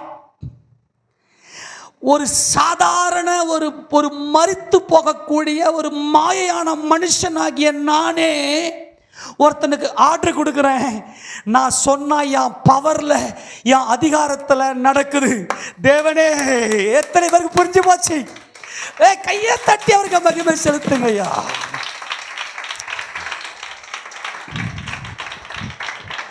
புருஷா, இன்னைக்கு எனக்கு ஆட்டுக்கறி வந்து அவனை கட்டளை கொடுக்குறேன். என் புருஷன் எங்கேயோ கடனை உடனேயாவது வாங்கி எனக்கு பயந்துக்கிற ஆட்டுக்கறி எத்தனை கொடுத்துட்றா. ஆமென். என் பிள்ளைங்களுக்கு இதை செய்யுங்கன்னு சொல்றேன், செய்யறாங்க. ஆனால் நான் ஆராதிக்கிற என் இயேசு தேவன், அல்லேலூயா, அவர் சகல அதிகாரமுடைய தேவன். அப்பா, ஒரே ஒரு வார்த்தை மாத்திரம் சொல்லும். ஒரு வார்த்தை உம்முடைய வாயிலிருந்து புறப்பட்டால் நீர் சொல்ல ஆகும், நீர் கட்டளை நிற்கும். இவங்களோட ஃப்ரெண்ட்ஸுங்க போய் சொல்லப்பா, நீ போயிட்டு அவரை வீட்டில் கூட்டிக்கிட்டு வந்துட்டு போற. ஒரு சாதாரண மனிதன் நான் ரோம, புரிஞ்சு போச்சா, ரோம ராயனுக்கு நான் கீழ்ப்பட்டிருக்கிறேன். அவன் அதிகாரத்துக்கு, ரோம அதிகாரத்துக்கு நான் கீழ்ப்பட்டிருக்கிறேன். நான் 100க்கு அதிபதியாக இருக்கிறேன். எனக்கு கீழ்ப்பட்டிருக்கிற சேவகரும் இருக்கிறார்கள். நான் ஆர்டர் கொடுத்தா நடக்குது. ஆமென். நான் ஆர்டர் கொடுத்தா நடக்குது. ஆனால் தெய்வம் வந்திருக்குது பூமிக்கு. ஆமென். யூதா வந்திருக்கிறார் பூமிக்கு. ஆமென். ஒரே ஒரு வார்த்தையில் சர்வத்தையும் தம்முடைய வல்லமையுள்ள வார்த்தையினாலே சிருஷ்டித்த மகிமையின் கர்த்தர். அவர் சொன்னார், எல்லாம் ஆச்சு. விசுவாசத்தினாலே நாம் உலகங்கள் தேவனுடைய வார்த்தையினாலே உண்டாக்கப்பட்டது என்றும், இந்த உலகங்கள் நீ பார்க்கிற ஒவ்வொன்றும் எதில் உண்டாச்சு? தேவனுடைய வார்த்தையிலே உண்டாக்கப்பட்டது. விசுவாசத்தினாலே நம் உலகங்கள் தேவனுடைய வார்த்தையிலே உண்டாக்கப்பட்டது என்றும், இவ்விதமாய் நம் காணப்படுகிறவைகள் தோன்றப்படுகிற உண்டாகவில்லை என்றும் நாங்கள் விசுவாசித்திருக்கிறோமே. எல்லாவற்றையும் உருவாக்கின சர்வவல்லமை தேவன். அவரை போய் என் வீட்டில் கூட்டிட்டு வந்து வச்சுக்கின்னு, என்னுடைய வேலைக்காரனை போயிட்டு நீ எழுந்துடுறா, உன்னுடைய பேரலைஸ், உன்னுடைய திமிர்வாதம் நடக்கட்டும் சொல்லிட்டு அவரை போய் அப்படிலாம் வருத்தப்படுத்த தேவையில்லை. அவர் ஒரு வார்த்தை சொன்னால் போதும். ஆமேனா? அவர் ஒரு வார்த்தை சொன்னால் போதும். ஆமேனா? தொடர்ந்து வாசிங்க பார்க்கலாம். நான் உம்மிடத்தில் வரவும் என்னை பாத்திரனாக எண்ணவில்லை. எப்பா, எவ்வளவு ஒரு சுத்திகரிப்பு பார்த்தீங்களா? எவ்வளவு சுத்திகரிப்பு இல்லை? எவ்வளவு சுத்திகரிப்பு! நான் தேவ சமூகத்துக்கு வந்திருக்கிறேன். நீங்கள் சர்ச்சுக்கு ஆராதிக்க வரேன், நான் தகுதியா? ஆண்டவரே, உண்மை ஆராதிக்க தகுதியா? நான் எதாவது அந்தரங்கத்தில் எதாவது பாவம் செஞ்சுட்டேனா? அதை நான் உணர்ந்திருக்கிறேனா? எவ்வளவு உணர்வு! நான் வர்றதுக்கு கூட தகுதி இல்லை. அதனால தான் ஆண்டவரே நான் ஃபஸ்ட்டு மூப்பரை அனுப்புனேன். உங்கள் நாமம் எப்பேற்பட்ட நாமம் என்பது என் இருதயத்துக்குள்ள இருக்குது ஆண்டவரே. என் இருதயத்தில் நீங்கள் இருக்கிறீங்கப்பா. நான் வரத்துக்கு தகுதி இல்லை, நீங்கள் என் வீட்டுக்கு வந்து தகுதி இல்லை. ஆனால் நீங்கள் ஒரு வார்த்தை சொன்னீங்கன்னா போதும் ஆண்டவரே. ஐயோ, ஏசு ராஜாவே ஷாக் ஆகிட்டாரு. என்ன அவ்வளோ பெரிய ஆஃபீஸர் அவன்! நான் உம்மிடத்திற்கு வருவதற்கு பார்த்தீங்கன்னா என்னவில்லை. ஒரு வார்த்தை மாத்திரம் சொல்லும். ஒரு வார்த்தை மாத்திரம் சொல்லும். அப்பொழுது என் வேலைக்காரன் சொஸ்தமாவான். ஆண்டவரே, இதை பாருங்க, உங்களுக்கு அன்பாய் சொல்கிறேன். நீ பாவம் செஞ்சிட்ட, பாவி நீ போ அப்படின்னு தள்ளுற தேவன் அல்ல. நீ இவ்வளோ பெரிய பாவங்கள் செஞ்சிருக்கிற, என்கிட்ட வராத போ அப்படி தள்ளுற தேவன் அல்ல. நீ செஞ்ச அத்தனை பாவங்களுக்காகவும் உன்னை ரட்சிக்கிற இரட்சகராக நான் வந்திருக்கிறேன். ஒரே ஒரு காரியம், நீ பாவ உணர்வு அடைந்து அப்பா உமது நாமத்தின் நிமித்தம் ஒரு நன்மையும் பெற்றுக்கொள்ள நான் பாத்திரன் அல்ல. ஆனால் நீர் ஒரு வார்த்தை சொல்லும், நான் தகுதி இல்லை. அந்த ஆயக்காரன் போய் ஜெபிக்கிறான், பாவியாக என் மேல் கிருபையாயிரும், என் கண்களை வானத்துக்கு நேராக ஏறெடுக்க துணியாமல் என் மேல பாவியாக என் மேல கிருபையாயிரும். அப்படியே கிருபை சூழ்ந்து கொள்ளுங்க, கிருபை சூழ்ந்து கொள்ளும். ஒரு வார்த்தை மாத்திரம் சொல்லு, என் வேலைக்கார சொஸ்தமாவான். ஆண்டவரே, இந்த காரியம் நடக்குமா நடக்காது எனக்கு தெரியல. இந்த நன்மையை பெறுவதற்கு நான் பாத்திரன் அல்ல. ஆனால் இன்னைக்கு நான் சொல்கிறேன், இயேசு கிறிஸ்துவின் நாமத்தில் நீங்கள் ஒரு வார்த்தை மாத்திரம் சொல்லுங்க ஆண்டவரே. போய் ஜெபம் பண்ணுங்க, வாயை திறந்து கேளுங்க, அவர்கிட்ட வாயை திறந்து கேளுங்க. அவன் சொல்றான் பாருங்களேன், ஃப்ரெண்ட்ஸுங்கிட்ட, நான் அதிகாரத்துக்கு கீழ்ப்பட்டவனாக இருந்தும் எனக்கு கீழ்ப்பட்ட சேவகரும் உண்டு. நான் ஒருவனை போவென்றால் போகிறான், மற்றவனை வா என்றால் வருகிறான், என் வேலைக்காரன் இதை செய் என்றால் செய்கிறான் என்று நான் சொன்னதாக போய் சொல்லுங்கள் என்று அவரை அனுப்பினான். இயேசுவை கேட்டு அவனை குறித்து ஆச்சரியப்பட்டு, கவனிங்க, இஸ்ரவேலன் கையில் பைபிள் இருக்கு. அந்த பைபிளை சொல்லப்பட்டவர் நான் தான்டா, தேவன் உங்களை சிநேகித்து என்னை அனுப்பியிருக்கிறாரான்னு சொல்லிட்டு தெருவா பட்டணமாக கிராமமாக சொல்லி சுற்றி திரிகிறாரு. ஒருத்தனுக்கும் உணர்வே இல்லை, தேவன் மாம்சத்தில் வெளிப்பட்ட உணர்வே இல்லை. அவரே ஆண்டவரே என்னடா பாவிங்க இவ்வளோ கடினம் பண்ணிஞ்சா இருக்கிறீங்களான்னு சொல்லிட்டு அப்படியே அங்கலாய்த்து கொண்டிருந்த வேலையில் கர்த்தருக்கு ஒரு பெரிய இப்போது திடீர்னு இப்போ இது ஆச்சரியப்பட்டு அப்படின்னு என்ன தெரியுமா, நம்ம நினைப்பதற்கும் நம்ம வேண்டுவதற்கும் அதிகமாய் திடீரென்று ஒரு காரியம் வந்துருச்சுன்னா அப்படி ஷாக் ஆகிருக்கும் தெரியுமா. இயேசுராஜாவை ஷாக் ஆகிட்டாரு. என் நாமத்தையும் என் அதிகாரத்தையும் என் வல்லமத்தையும் இப்படி அறிஞ்சு வச்சிருக்கா அவன். இன்னைக்கு சர்ச்சில் இருக்கிற நீ எத்தனை பேர் எனக்கு பிரியமான வேலைக்காரன் தான், எனக்கு தான் வியாதி, எனக்கு தான் போராட்டம், ஆனால் எந்த ஒரு பயமும் இல்லாமல் நான் ஆராதிக்கிற என் தேவன் ஒரு வார்த்தை சொன்னா இது எல்லாம் மாறிடும். என சகல அதிகாரம் உள்ள நாமம் அவருடைய நாமம். எத்தனை பேர் விசுவாசிக்கிறீங்க? எத்தனை பேர் இப்படி இயேசுராஜா ஆச்சரியப்பட வைக்கிறீங்க? அப்பா நீங்கள் ஒரு வார்த்தை சொன்னீங்கன்னா போதும் என் வாழ்க்கை மாறும். அவர் ஆச்சரியப்பட்டு அவர் சமூகத்துக்கு போங்க, பைபிளை எடுத்து நல்லா தியானம் செய்யுங்க. அவருடைய நாமம் எப்படிப்பட்ட வல்லமையுள்ள நாமம். ஆச்சரியப்பட்டு திரும்பி அப்படியே இந்த விசுவாசிங்க மூஞ்ச பார்த்து, யார காலங்காலம் எத்தனை வருஷம் விசுவாசிங்க? நான் 5 வருஷம் விசுவாசி. ஆனால் இன்றைக்கி ஒரு சின்ன பிரச்சனைனா கை கால் நடுங்கும். ஐயோ என்ன அவங்க தெரியலையே, ஏதோ அவங்க தெரியலையே. ஆண்டரை பார்த்து அப்படியே அந்த மூஞ்சிங்களை பார்த்து இப்படி பயணிடுறார் இல்லையா, அவர் பின்னாடி ஒரு பெரிய கூட்டம் போகுது இல்லையா, அப்படியே திரும்பி ஷாக்காய் திரும்பி டேய் என்னங்கடா வாசிய திரும்பி தனக்கு பின் செல்லுகிற ஜனங்களை நோக்கி இஸ்ரவேலருக்குள்ளும் ஏன் இஸ்ரவேலருக்குள்ளும் டேய் நான் வந்ததே உங்களுக்காகத்தான்டா. ஆமென். இஸ்ரவேலருக்குள்ளும் நான் இப்படிப்பட்ட விசுவாசத்தை காணவில்லை என்று உங்களுக்கு சொல்லுகிறேன். ஆமெனா. ஆக்சுவலாக என்ன தெரியுமா, என்ன தெரியுமா, இவர் போயிட்டு இவங்க நண்பர்கள் போயிட்டு சொல்கிறாங்க. இந்த வார்த்தையை சொல்லும்போது ரொம்ப முக்கியம். இப்போ முக்கியமான தியாலஜி வருது. இப்போ மத்திய திருப்பிங்களேன் என்ன சொல்கிறார் பாருங்கள்.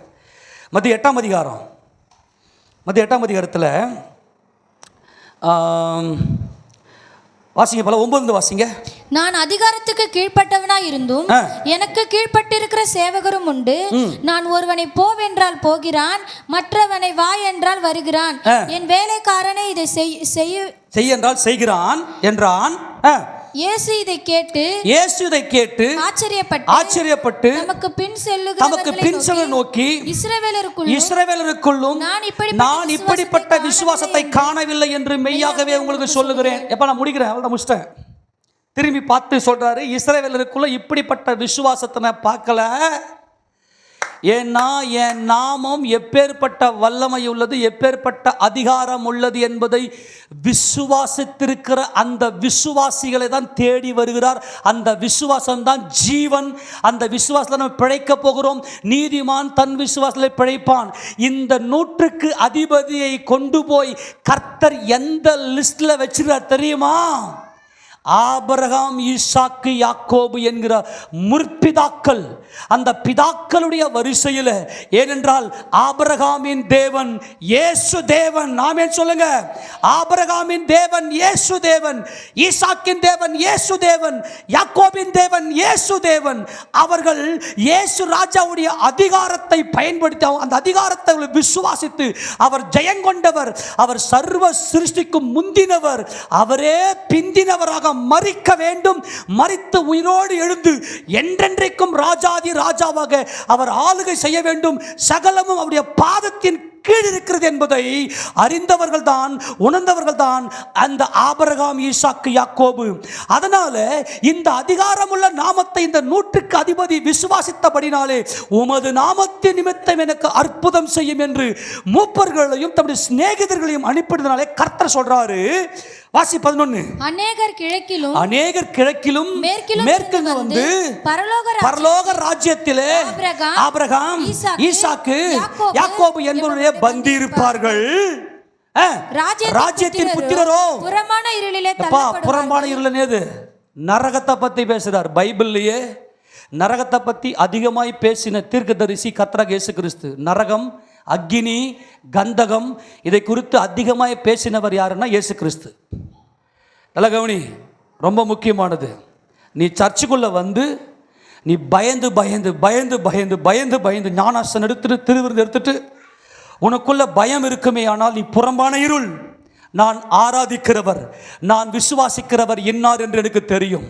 இந்த எரிகிற அக்கினி சூளைக்கும் 7 மடங்கு அக்கினி சூளைக்கும் ராஜாவாகிய உமக்கும் யார் ராஜா என்னை தப்புவிக்க வல்லவர். அப்படியே தப்புவிக்காமல் போனாலும் நாங்கள் செத்து அங்கதான் போறோம். தூக்கி போடுங்கடா.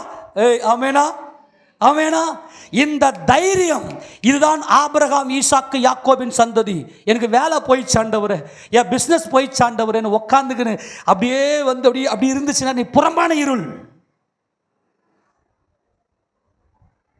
நான் ஆராதிக்கிற என் இயேசு கிறிஸ்து ஒரு வார்த்தை சொன்னான்னா என் வாழ்க்கை மாறும். இவங்க தான் ஆபிரகாமின் சந்ததி. இவங்கெல்லாம் பந்திருப்பாங்கடா வந்து என் கூட. ஏன்னா என் அதிகாரத்தை அவர்கள் பயன்படுத்துகிறார்கள். என் அதிகாரத்தை நான் பயன்படுத்துகிறாங்க. நீ குடும்பத்தில் பிரச்சனையோடு இருப்பது கிறிஸ்துவின் சித்தம் அல்ல. பிரச்சனையா, போராட்டமா, ஒரு வார்த்தை சொல்லும், உமது நாமத்தின் நிமித்தம் வந்திருக்கிறேன் ஆண்டவரே, உமது வல்லமையின் நிமித்தம் ரட்சியும். அப்ப என்ன சொல்ல வர்றாரு? ஆபிரகாம், ஈசாக்கு, யாக்கோபு என்பவர்கள் என்னை அறிந்தவர்கள், என்னுடைய வல்லமை அறிந்தவர்கள், என் அதிகாரத்தை அறிந்தவர்கள். இந்த விசுவாசத்துக்கு நிறக வர வேண்டும். ஆபிரகாம் விசுவாசத்தின் தகப்பனானான்.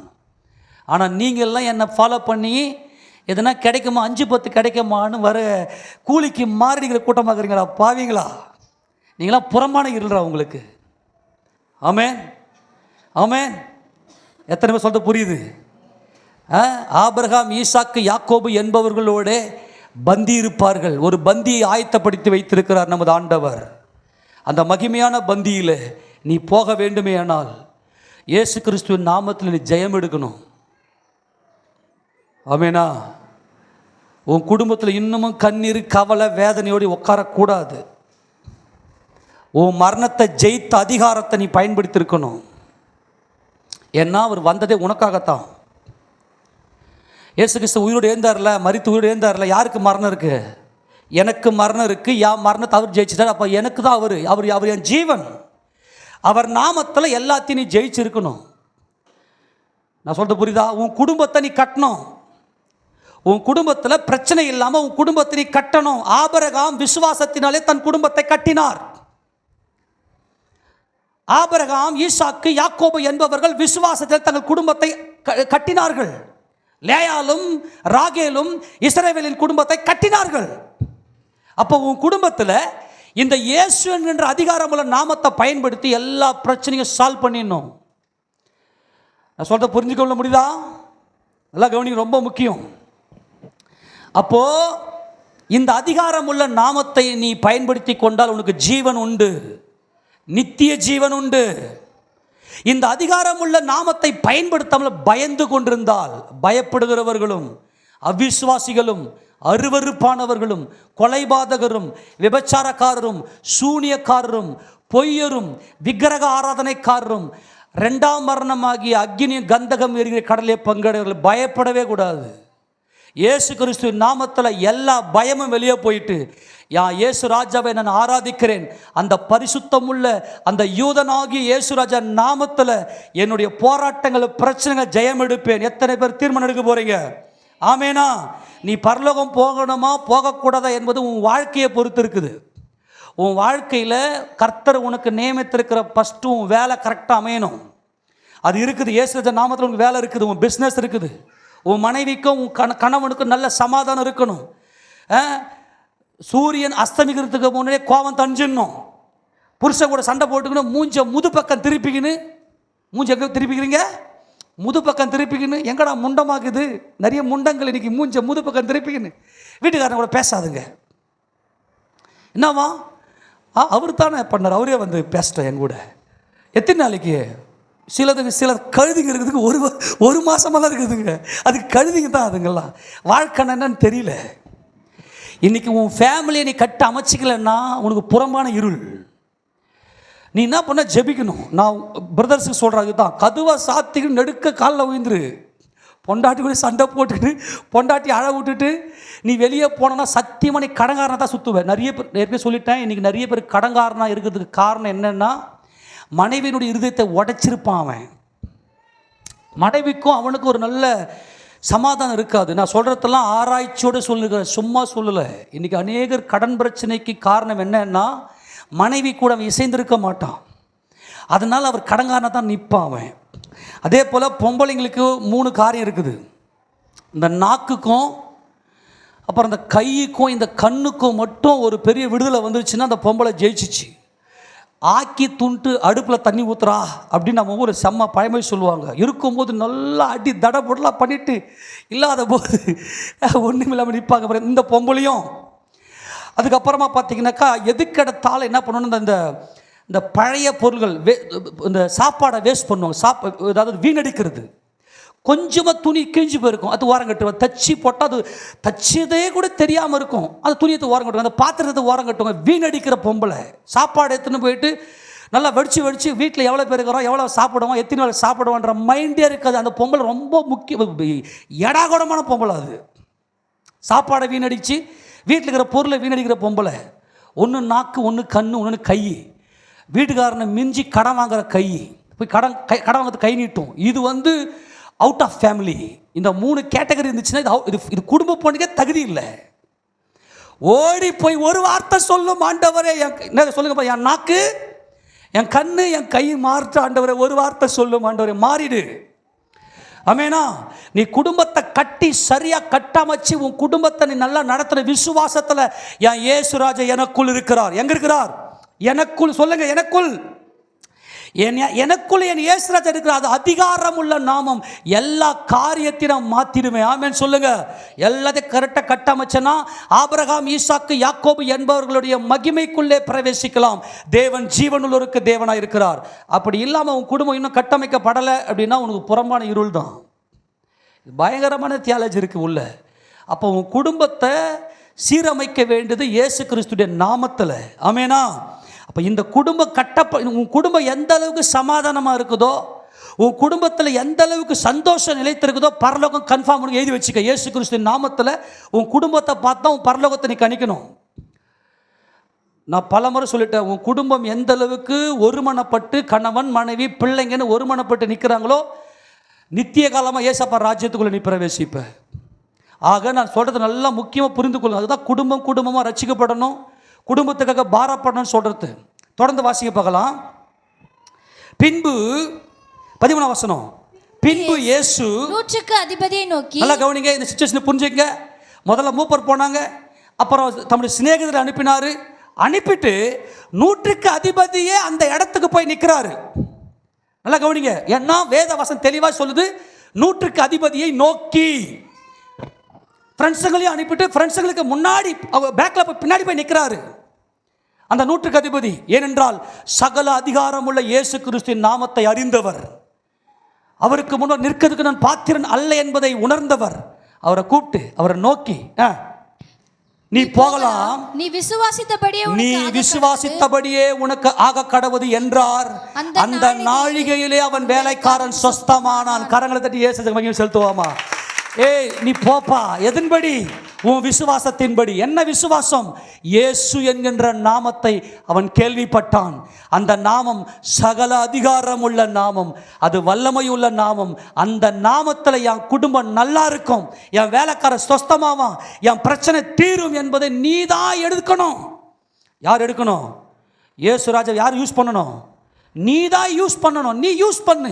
அவர் நாமத்தை போய் தேவ சமூகத்தில் உட்காந்து நல்லா தேவ சமூகத்தில் நில்லு. அப்போ இயேசு ராஜாவை குறித்து இவன் ஒரு இஸ்ரவேலன் அல்ல, இவன் எவ்வளவு தியானிச்சிருப்பான் பார்த்துக்குங்க. நல்லா கவனிங்க. ஒரே ஒரு வசனத்தை உங்களுக்கு சொல்லவா? ரொம்ப முக்கியமான வசனம். மல்கியா தீர்க்கதரிசன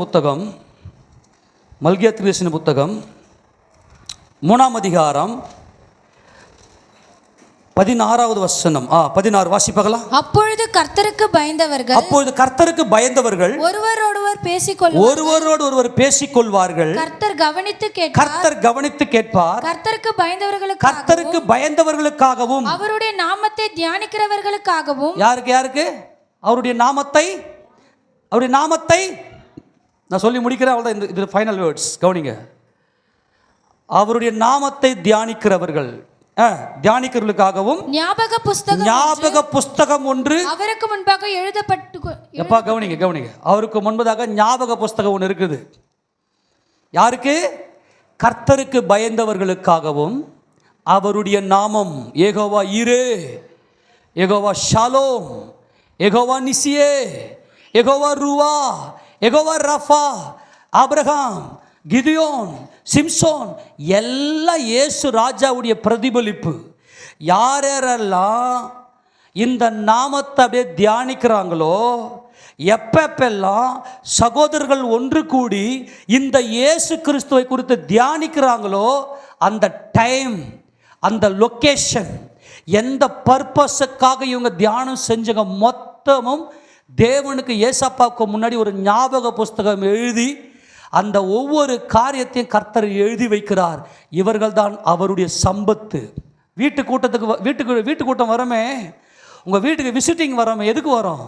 அங்கே வந்து வசனத்தை ஓப்பன் பண்ணி உங்கள் வீட்டில் இந்த நீங்கள் கர்த்தருக்கு பயந்தவர்கள் உங்கள் வீட்டில் வசனத்தை ஓப்பன் பண்ணி அங்கே தியானிக்கணும், அங்கே தேவனுடைய வார்த்தையை பேசணும். இப்போ நான் வரும்போதெல்லாம் உங்ககிட்ட ஏசப்பா பற்றி சொல்லுவேன். அப்படி ஏசப்பா பற்றி சொல்லும் போது நீங்கள் கேட்குறீங்க, இந்த இயேசுவின் நாமம் எப்பேற்பட்ட அதிகாரம் உள்ள நாமம், எப்பேற்பட்ட வல்லமையுள்ள நாமம், எப்பேற்பட்ட மகிமையுள்ள நாமம் என்பதை குறித்து வேதத்தை ஆராய்ந்து ஏறக்குறைய கர்த்தருடைய கிருபையினாலே இந்த 15 ஆண்டு காலமாக அந்த நாமத்தை தியானித்தோம். இயேசு என்கின்ற நாமத்தை தியானிக்க கர்த்தர் நமக்கு பலன் கொடுத்தார். அப்படி உட்கார்ந்து தியானிக்கும் போதெல்லாம் நீங்கள் இப்போ ஏசப்பா நாமத்துக்கு மகிமையாக நான் வந்தனாவே உங்ககிட்ட எதை தான் பேசுவேன்? வசனத்தை எடுத்து இந்த இயேசு கிறிஸ்து எப்படிப்பட்ட மகிமையை உனக்கு கொடுத்திருக்கிறார், அந்த அதிகாரமுள்ள நாமத்தை நீ எப்படி பயன்படுத்தணும், நீ தான் உன் மனசுக்குள்ளே பயன்படுத்தணும். தைரியமாக இருக்கணும், தைரியமாக இருக்கணும். உன்னை அழைத்தவர் உண்மை உள்ளவர். ஆமென் சொல்லுங்க. உனக்காக யாவையும் செஞ்சு முடிச்சுட்டு அந்த அதிகாரத்தை உன் கையில் கொடுக்குறாரு, நீ யூஸ் பண்ணு. இயேசு கிறிஸ்து நாமத்தில் இது நடக்கணும், ஆற்று கொடு. அப்போ அந்த தைரியம் உனக்கு வரணும்னா தியானிக்கணும். யார் இந்த இயேசு? இரவும் பகலும் வேதத்தை வாசிச்சுட்டு அப்படியே உள்ளே கொண்டு போய் தியானிக்க தியானிக்க தியானிக்க உன் ஆத்மா அப்படியே உள்ள பலனடையும். உனக்கு சோர்வே வராது. என் கர்த்தர் எவ்வளவு பெரியவர் என்பது உள்ளே வரும். பைபிள் வாசிக்கிறது அல்ல, தியானிக்கிறது. அப்போ அந்த தியாலஜி தெரியணும், வேதத்தினுடைய இறையியல் புரியணும். ஏன் இந்த வேதத்தில் இப்படிப்பட்ட சம்பவங்கள்லாம் நடந்துச்சு, எதற்காக இந்த யுத்தம், ஏன் இப்படிப்பட்ட ஜனக்கூட்டம் இஸ்ரவேலுக்கு விரோதமாக வந்துச்சு, இப்படி எல்லா தியாலஜி நல்லா உன் சிந்தனையில் வச்சுக்கிட்டு இருந்தனாக்கா ஒரே ஒரு காரியம் கூட உன்னை பயமுறுத்த முடியாது. அதுக்கு தான் வாங்க சபையில் வந்து உட்காருங்க, எவ்வளவு காற்று மழை அடித்தாலும் உள்ளவா. நீங்கள் நினைக்கிறீங்க இன்றைக்கி காற்று அடிக்குது மழை அடிக்குது நான் நின்றுடுறேன், உனக்கு அன்றைக்கி ஆப்சண்ட்டு. அவர் நாமத்தை தியானிக்கிறதுக்கு வந்து உள்ளே உட்காந்துங்கிறோம். ஆமேனா? அவர் நாமத்தை பேசுறது. இன்றைக்கி வேலைங்க, எனக்கு லீவ் தர மாட்டுறாங்க. ஆண்டு பாப்பாருடா, புண்ணாக்கு எது முக்கியனே தெரியலடா உனக்கு. நித்திய காலமாக அந்த வேலையே இருக்கு போறியா நீ? ஆனால் நித்திய காலம் என் கூட இருக்குன்னா என் நாமத்தை தியானி. எதுக்காக? நான் உனக்காகத்தான் நான் வந்தேன். உனக்கு ஜீவனை கொடுக்க, உனக்கு அதிகாரத்தை கொடுக்க, உனக்கு வல்லமையை கொடுக்க நான் வந்தேன். உட்காந்து பைபிள் ஸ்டடியில் உட்காரணும். இயேசு ராஜாவை பற்றின ஆராய்ச்சியில் உட்காரணும். ஏன் தெரியுமா? அவர் நாமத்தை தியானிக்கிறவங்க அவருடைய என் சம்பத்துன்றாரு.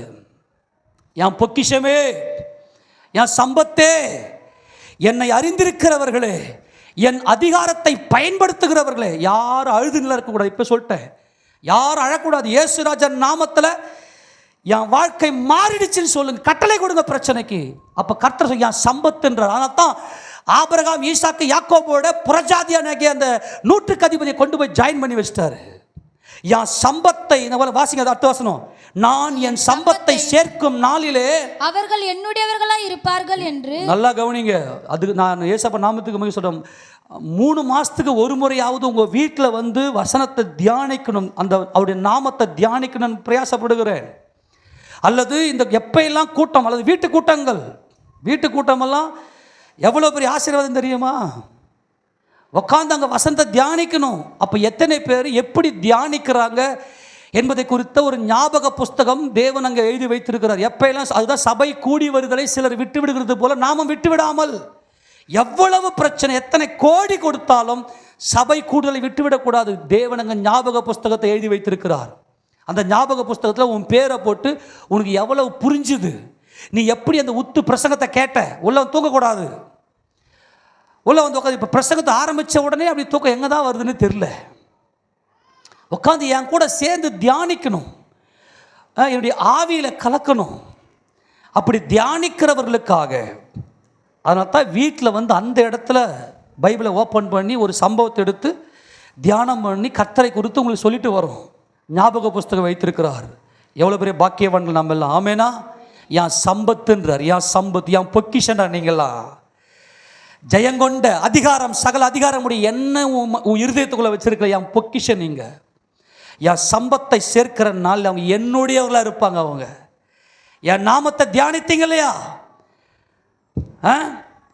4 மணி நேரம் 2 பாட்டை பாடிட்டு 4 மணி நேரம் ஃபாஸ்டிங்லேருந்து கத்துவேன்.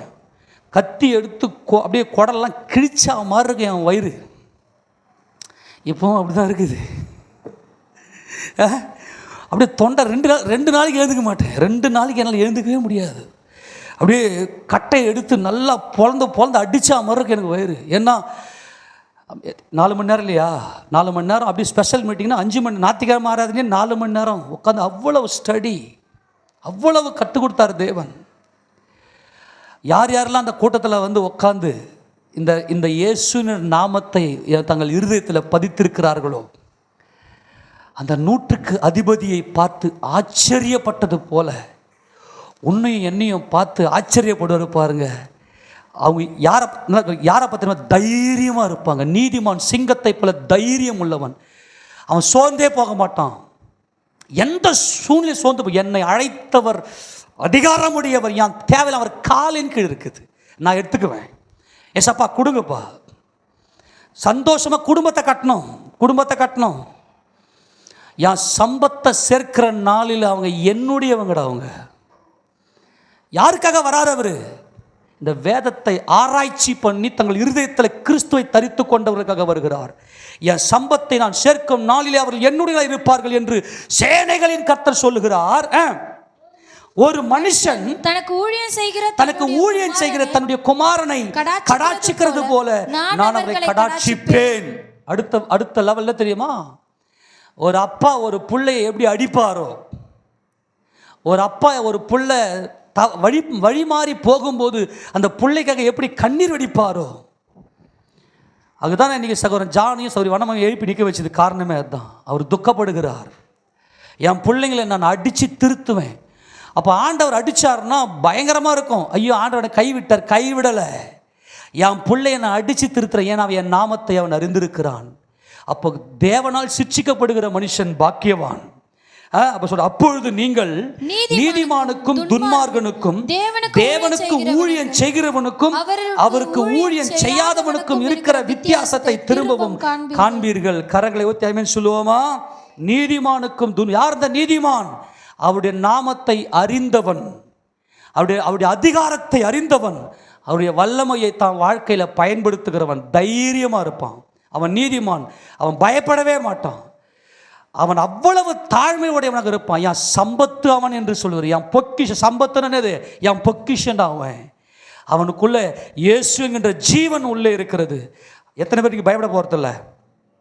ஆமேனா? 100க்கு அதிபதியை பார்த்து ஆச்சரியப்பட்ட போல கர்த்தர் இன்றைக்கி உங்களை பார்த்து ஆச்சரியப்படுகிறார். கர்த்தர் உங்களோடு கூட இருக்கிறார். உங்கள் இருதயத்துக்குள்ளே அவர் இருக்கிறார். ஆமேன் சொல்லுவோமா? அப்போ ஒரு தகப்பன் தான் பிள்ளைய கடாட்சிக்கிறது போல, அதாவது ஒரு மனுஷன் தனக்கு ஊழியம் செய்கிற தன்னுடைய தகப்பன். ஒரு பிள்ளை அப்பாவுக்கு என்ன செய்யணும்?